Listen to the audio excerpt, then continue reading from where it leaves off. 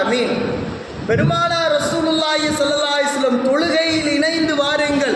உங்கள் உடலும் ஒன்று போகிற சமயத்தில் உடலும் ஒன்றிணைகிற பொழுது உங்கள் உள்ளமும் ஒன்றிணைகிறது. அதில் நீங்கள் இடைவெளி விடாதீர்கள், ஷைத்தான் வர்றான் அப்படின்னாங்க ஸல்லல்லாஹு அலைஹி வஸல்லம்.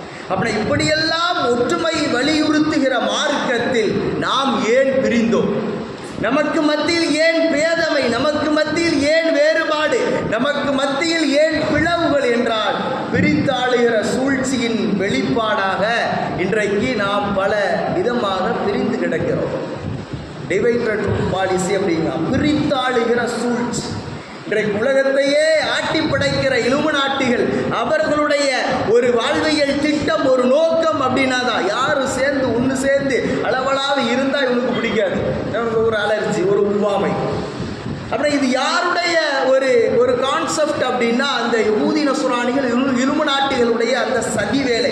இந்த சதி வேலையில், அந்த சதி நாச வேலையில் இன்றைக்கு நம் சமுதாயம் சிக்கி தவித்து சின்னாபின்னமாக இன்றைக்கு நாம் வாழுகிறோமே என்றாவது சிந்தித்திருக்கிறோம். இந்த தூய்மைவாதம் பேசுவதும் இந்த தனிமைவாதம் பரிசுத்தவாதம் பேசுவது என்பது யாருடைய அடையாளம் என்றால் யஹூதி நஸ்ரானிகளின் அடையாளம்.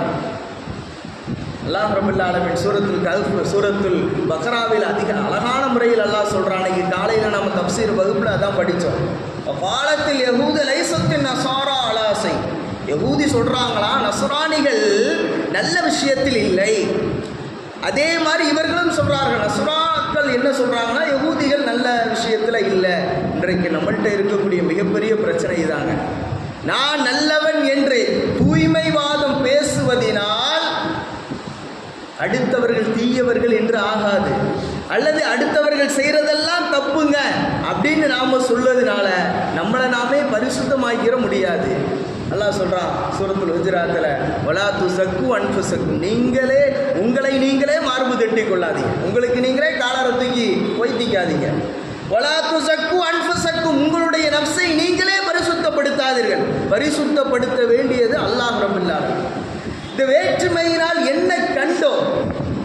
நம்மை பார்த்து பிற சமய சகோதரர்கள் எள்ளி நகையாடுவது, ஏளனம் செய்வது, அரசியல் அரங்கில் நாம் கடல் நுரைகளைப் போல பிரிந்து கிடப்பது, இப்படியேத்தான் நாம் சந்தித்தோமே தவிர இதை விஷயத்தை பேசி நாம் என்ன கண்டோம் என்பதை யோசியுங்கள். இந்த தௌஹீத் என்ற ஏகத்துவ கலிமாவினுடைய யதார்த்த சித்தாந்தத்தை நாம் விளங்கினோமா? லா இலாஹ இல்லல்லாஹ், வணங்கப்படுவதற்கு தகுதியானவன் அல்லாஹ் ஒருவனே,